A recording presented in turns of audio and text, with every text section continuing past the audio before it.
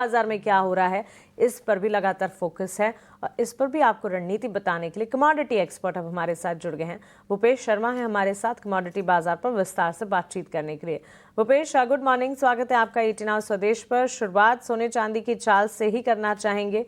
Gold silver की अगर बात करें, कॉमिक्स पर $3,409 पर गोल्ड और चांदी $37 के पास है और घरेलू बाजार में हम देख रहे हैं सोने में हल्की सी मजबूती, चांदी हालांकि फ्लैट नजर आ रही है। बुलियन मार्केट प्रेशियस मेटल्स की चाल पर आपकी राय क्या होगी? जी गुड मॉर्निंग मैम। अगर बात करें सोने और चांदी की तो शुक्रवार को अमेरिका में नॉन पेरोल के डेटा आए थे। उसके बाद गोल्ड के प्राइसेस में एक बहुत ही जबरदस्त स्पाइक देखने को मिला था। तकरीबन 1000 पॉइंट के करीब गोल्ड में तेजी देखने को मिली थी। मुझे लगता है कि जो ट्रेंड है उस समय एक ब्रेकआउट में चेंज हुआ था और वो मुझे लगता है कि इंटैक्ट रहना चाहिए उस तरीके का ट्रेंड।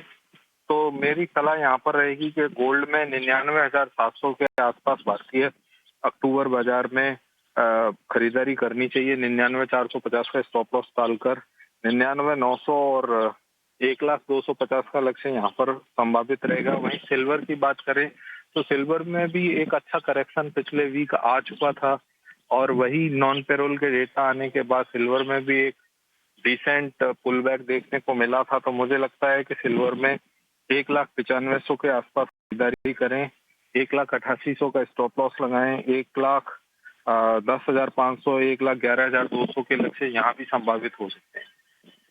ओके, तो चलिए ये स्ट्रैटेजी गोल्ड सिल्वर पर खरीदारी की राय 1,11,000 के लेवल्स नजर आ सकते हैं, 1,11,200 के, और यहाँ पर स्टॉप लॉस भी मेंटेन करते हुए चांदी में खरीदारी के मौके और साथ साथ गोल्ड पर भी जो हमारे एक्सपर्ट की स्ट्रैटेजी है वो आपके स्क्रीन पर हम दिखा रहे हैं। लेकिन साथ साथ एनर्जी पैक पर भी एक नज़र।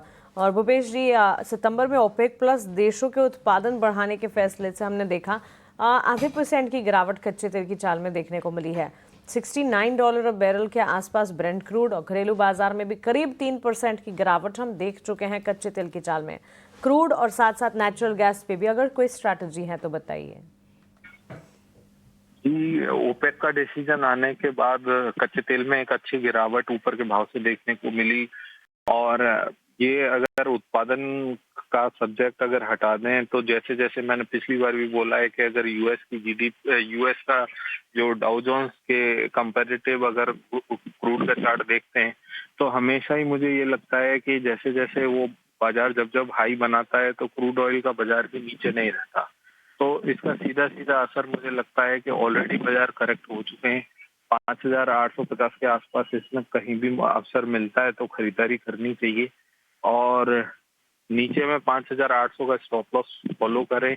अपसाइड में मुझे लगता है कि 5,910, 5,960 तक के लक्ष्य संभावित होंगे। वहीं अगर नेचुरल गैस की बात करी जाए तो नेचुरल गैस में साइक्लिकली देखा जाए तो साइक्लिकली तो इसमें तेजी नहीं है।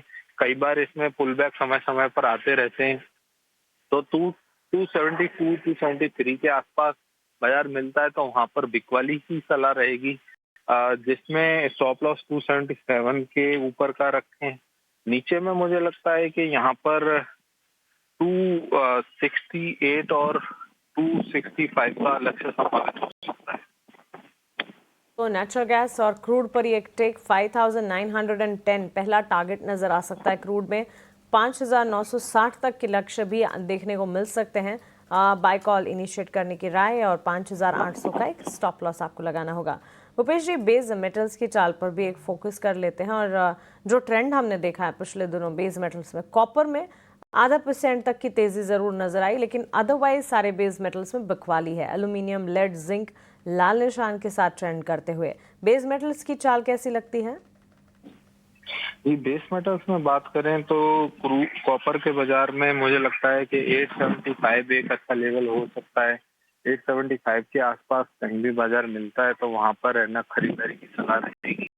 मुझे लगता है कि यहाँ पर रिस्क रिवॉर्ड काफी मैच करेगा, परंतु एक दिन पिछले हफ्ते में बाजार टूटा था, बहुत नीचे के लेवल्स बाजार ने दिखाए थे। तो मुझे लगता है कि एक बार बाजार हो सकता है, उसमें मैं कहूँगा हो सकता है कि बाजार उन लेवल्स को रीटेस्ट करे 860 के आसपास, परंतु हाल फिलहाल मुझे लगता है कि इसमें खरीदारी की सलाह रहेगी 855 के आसपास आज के सत्र के लिए, और 871 का स्टॉप लॉस मेंटेन करें।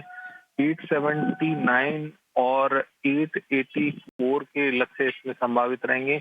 वहीं जिंक और एल्युमिनियम में बात करें तो मुझे एल्युमिनियम का बाजार अच्छा लगता है।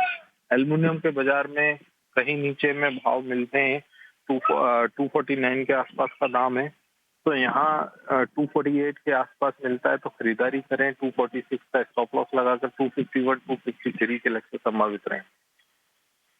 भूपेश जी, बहुत शुक्रिया आपका हमारे साथ जुड़ने के लिए और कमोडिटी मार्केट का पूरा अपडेट और आपकी स्ट्रैटेजी हमारे साथ शेयर करने के लिए।